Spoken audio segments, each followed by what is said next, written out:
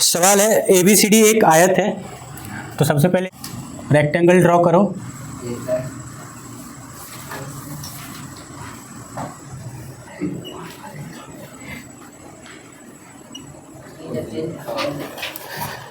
जिसमें विकर्ण AC दोनों कोनों A और C को क्या करता है, समद्विभाजित करता है।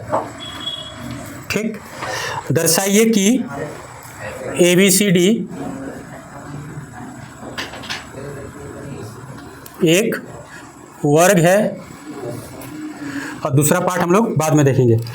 सवाल क्या है, ABCD इज अ रेक्टेंगल जिसमें AC क्या डायगोनल है, जो क्या करता है, A और C को समद्विभाजित करता है, बाइसेक्ट करता है। ठीक है, तो हमको क्या दिखाना है कि ABCD एक वर्ग है। तो सबसे पहले देखो क्या है, दिया है ABCD एक आयत है। क्या है, ABCD is a rectangle. English वाले लिख लेना, ABCD इज अ रेक्टेंगल जिसमें विकर्ण AC कोण A तथा कोण C को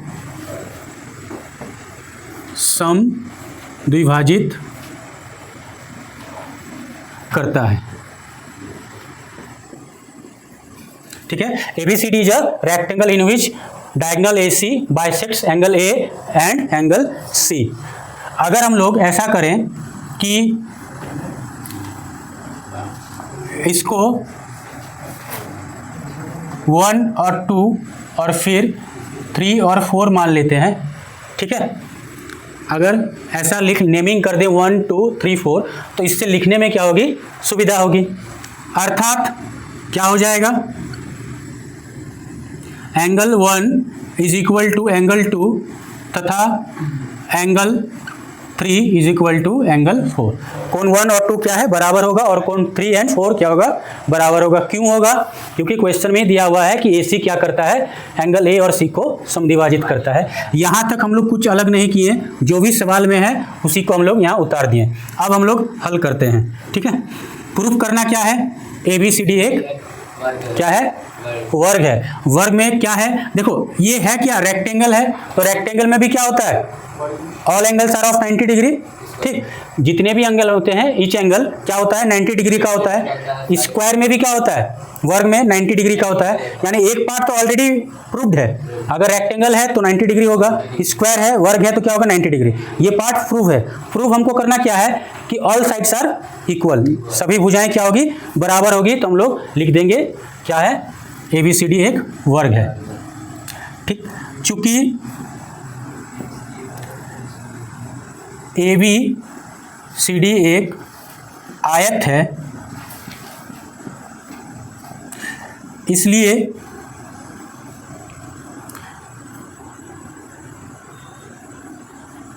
AB बराबर BC लिख सकते हैं। सॉरी, AB बराबर DC। अपोजिट साइड्स क्या होता है, बराबर होते हैं। सम्मुख भुजाएं आयत के क्या होते हैं, बराबर होते हैं। इसको अभी हम लोग लिखते हैं। तो AB बराबर DC है, और अगर हम लोग 1 बराबर 2 और 3 बराबर 2 लिखते हैं, तो अब देखो 2 कौन तो करता है, अर्थात दैट इज, इंग्लिश में दैट इज, अर्थात इसका शॉर्ट फॉर्म I और E लिख देना। अब देखो ABCD एक क्या है, आयत है। आयत के साइड्स क्या होते हैं, बराबर होते हैं, लेकिन समानांतर भी तो होते हैं, ये पैरेलल होते हैं ना। तो पैरेलल होने पे क्या होगा, नहीं, ये दो देखो Z कहाँ बन रहा है, उल्टा Z या सीधा Z, वो क्या होता है, एकांतर कोण, मतलब अल्टरनेट इंटीरियर एंगल्स क्या होता है, बराबर होते हैं। और अब देखो AB और CD क्या होगा, समानांतर है, तथा AC एक तिर्यक छेदी रेखा है। इसलिए क्या हो जाएगा 2 इज इक्वल टू 4, ठीक। 2 इज इक्वल टू 4 तथा 2 इक्वल टू 4 और 1 इज इक्वल टू 3। क्यों होगा? सिंस कहाँ चुकी है रे? अच्छा ये, हाँ, सिंस एकांतर कोनों का युग्म क्या है? अल्टरनेट इंटीरियर एंगल्स, ठीक है। ये क्या है? 2 इज इक्वल टू 4 और 1 इज इक्वल टू 3, तो एकांतर कोनों का युग्म, ये रीजन दे देना। अब ध्यान से देखो, यहाँ इक्वेशन 1 मान लेते हैं, तो इक्वेशन 1 में पहला पार्ट देखो, इसको अलग इसको अलग, 1 इज इक्वल टू 2 है और 2 इज इक्वल टू 4 है, तो इसको भी अगर हम लोग इक्वेशन 2 मान लेते हैं, तो अब देखो 1 इज इक्वल टू 2 और 2 इज इक्वल टू 4, तो क्या हो जाएगा? समीकरण 1 तथा 2 से हम पाते हैं क्या होगा? 2 is equal to 1 is equal to 2, मतलब अगर इसको मान ले a, तो ये भी क्या होगा? a, और यहाँ पे अगर ये 2a है तो ये भी क्या होगा? a, और a अगर 4 है तो ये भी क्या होगा? a, यानी a, और यहाँ पे मतलब सारा क्या है? a है, यानी सारा क्या होगा? इक्वल होगा, ठीक है। इसको ऐसे समझोगे तो कन्फ्यूजन नहीं होगा। तो यानी अब हम लोग समीकरण 1 और 2 से हम लोग क्या पाते हैं कि 1 is equal to 2 is equal to 3 is equal to 4। यहाँ तक समझ आया? ये चारों क्यों इक्वल हुआ, इसको अच्छे से समझो। देखो, अगर a 1 मान लेते हैं a है, तो 2 भी क्या होगा? a।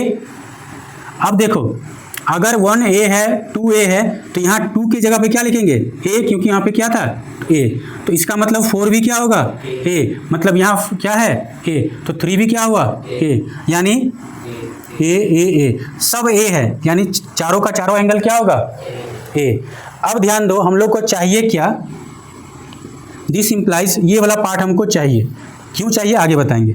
तो अगर चारों बराबर है तो क्या हम लोग angle 2 is equal to angle 3 लिख सकते हैं? लिख सकते हैं।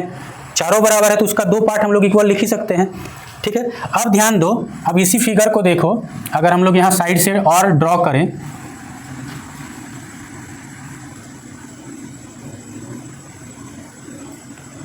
ए बी और सी, 2 और 3 क्या हुआ? इक्वल। क्या ए बी सी एक त्रिभुज है, ट्रायंगल है? और हम लोग एक प्रॉपर्टी पढ़े थे ना कि बराबर कोनों के सम्मुख भुजाएं क्या होती है? बराबर होती है। एक त्रिभुज में, किसी त्रिभुज में बराबर कोनों के सम्मुख भुजाएं क्या होगी? बराबर होगी। या उसका कन्वर्स क्या था कि बराबर भुजाओं के सम्मुख कोण बराबर, दूसरा क्या है? बराबर कोनों के सम्मुख भुजाएं बराबर। तो ये क्या है? कोण है। तो अगर 2 और 3 बराबर हुआ तो अपोजिट साइड्स क्या होगा? इक्वल होगा, ठीक है। यानी अर्थात A B is equal to B C. क्यों होगा? बराबर कोनों के सम्मुख भुजाएं, ठीक है। ये A B is equal to B C क्यों हुआ? क्योंकि बराबर कोण था, इसलिए इसके सम्मुख भुजाएं भी क्या होगी? बराबर होगी। अब देखो यहां तक क्लियर। अब ध्यान दो, चूंकि ए बी बराबर डी सी होगा, क्यों होगा? आ जाओ आ जाओ, इतना जल्दी रे।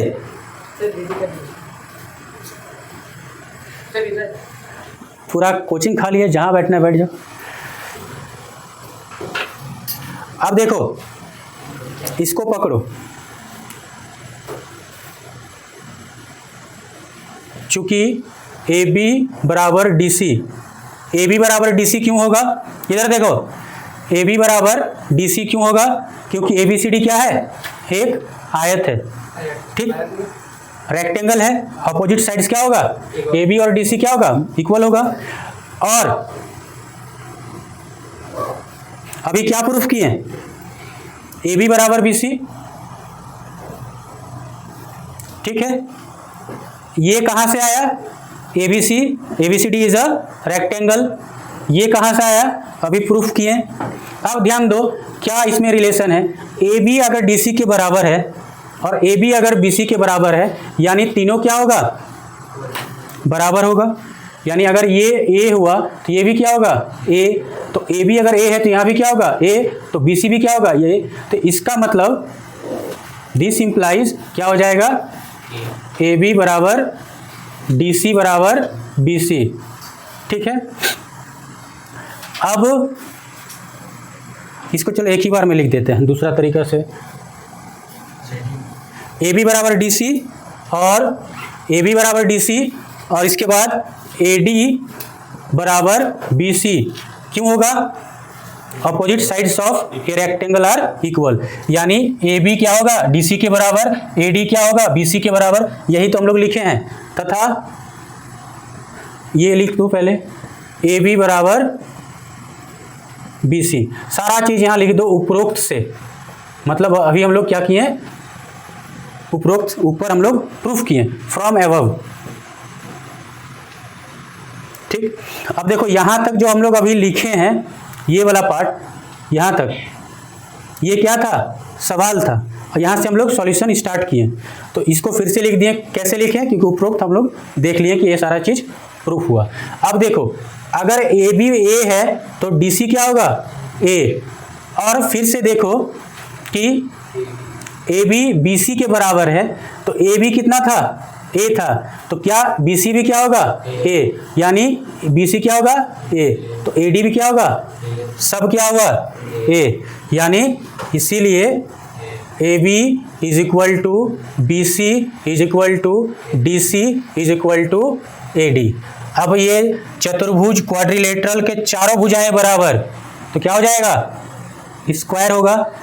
ये कहना सही होगा कि चारों भुजाएं बराबर तो स्क्वायर होगा, नहीं, ये क्या होगा, समचतुर्भुज भी हो सकता है, लेकिन कंडीशन ऑलरेडी है ना कि ये 90 डिग्री है, क्योंकि रेक्टेंगल है, तो ऑलरेडी तो पहला कंडीशन फुलफिल्ड था, पूरा था, इसलिए अब हम लोग डायरेक्ट लिख देंगे, अतः ए बी सी डी एक वर्ग है, ठीक। अब देखो इतना आसानी से इसको बनाया गया है, फिर भी कुछ डाउट है तो पूछो। क्या है कि ए बी और सी डी क्या है, पैरेलल है, तो ए बी और सी डी कोई भी जैसे रेक्टेंगल, स्क्वायर या रोम्बस, ये सारा चीज क्या है, क्वाड्रिलेटरल है, जिसमें क्या होगा कि तुम्हारा ऑपोजिट साइड्स क्या होगा, पैरेलल होगा, तुम्हारा समानांतर होगा। तो जब समानांतर होता है मान के चलो, और ये त्रियकछेदी रेखा है, तो ये जो जेड बनता है तो ये क्या कहलाता है, एकांतर कोण, अल्टरनेट इंटीरियर एंगल। ये क्या होता है, इक्वल होता है, या उल्टा जेड बने तो भी यही तो है। जैसे मान के चलो अगर इसको हम लोग मान ले, ये दो लाइन है, क्या है, पैरेलल है, समानांतर है, और ये तिर्यक-छेदी रेखा है, तो तिर्यक-छेदी रेखा अगर ये है, इसको रेड पेन से रुको, अगर ये दो लाइन है और ये तिर्यक-छेदी रेखा है, तो थोड़ा सा देखो ये जेड बन रहा है कि नहीं, उल्टा जेड, यानी ये और ये क्या होगा, इक्वल होगा। और अगर हम लोग देखें सीधा जेड है, तो सीधा जेड थोड़ा उत्पटांग सा बन रहा है, लेकिन जेड तो है, तो ये और ये क्या होगा, इक्वल, तो ये और ये इक्वल होगा। इसी चीज़ को हम लोग क्या लिखें कि 2 = 4 और 1 = 3, क्यों, क्योंकि alternate interior angles, pair of alternate interior angles. तो दूसरा नंबर,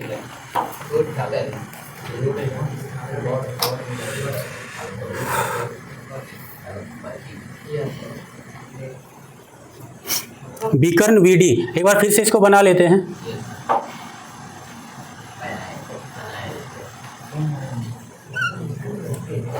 ए बी सी और डी, प्रूफ क्या करना है, बी डी, ये जो विकर्ण वीडी है डायगोनल, ये क्या करता है, बी और डी को समद्विभाजित करता है, ठीक है, यानी ये और ये इक्वल होगा और ये इक्वल होगा।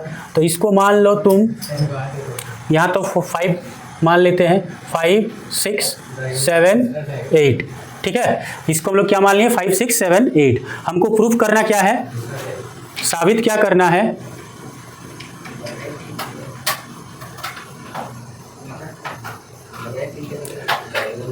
साबित करना है 5 इज इक्वल टू 6 और 8 इज इक्वल टू 7, ये प्रूफ करना है।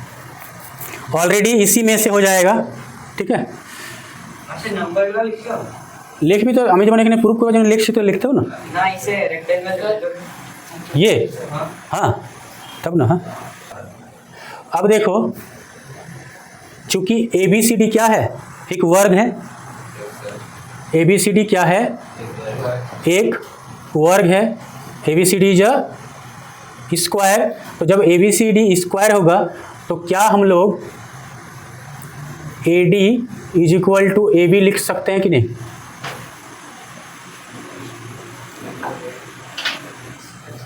क्या AD बराबर AB होगा कि नहीं? तथा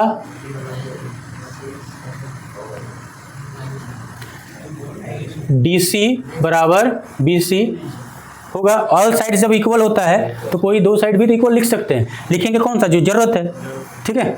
अब ध्यान दो, अगर AD और AB बराबर है, जैसे अगर AD और AB बराबर है तो बराबर भुजाओं के सम्मुख कोण क्या होगा? बराबर होगा। यानी यहाँ क्या हो जाएगा, angle 5 is equal to angle 8, तथा अगेन यहाँ पे क्या होगा, DC और BC बराबर है तो बराबर भुजाओं के सम्मुख कोण क्या होगा, 6 इज इक्वल टू 7, ठीक है। यहाँ तक क्लियर। अब ऊपर हम लोग क्या प्रूफ करना है, 5 इज इक्वल टू 6, 5 और 6 हमको प्रूफ करना है। तो ध्यान दो, अब AB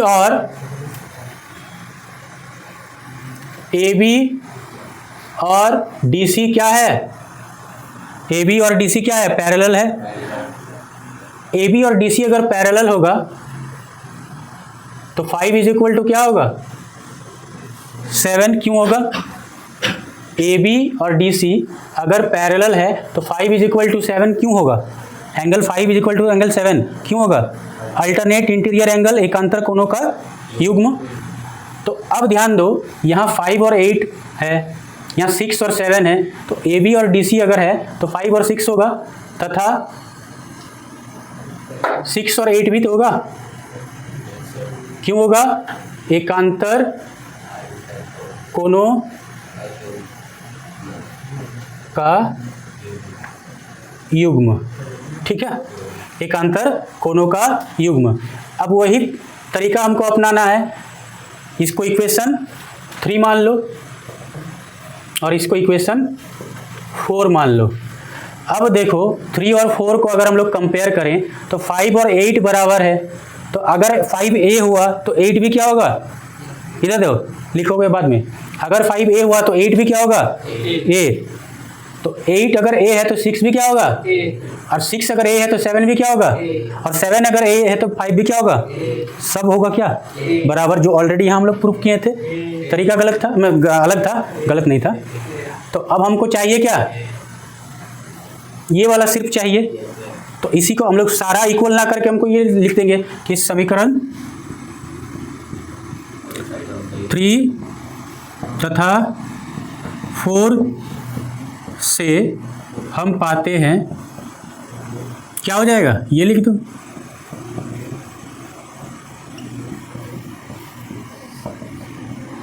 क्या सभी को इक्वल लिख सकते थे, लिख सकते थे, लेकिन नहीं लिखे।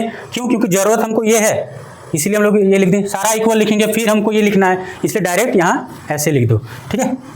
अब देखो 5 और 6 इक्वल है, यानी ये क्या हुआ, DV या BD क्या कर रहा है, 5 और 6 को बाइसेक्ट कर रहा है। तो यहाँ पे डायरेक्ट लिख दो। सवाल कि ये क्या था,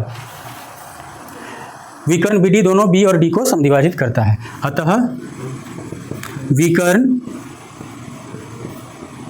BD एंगल B तथा एंगल D दोनों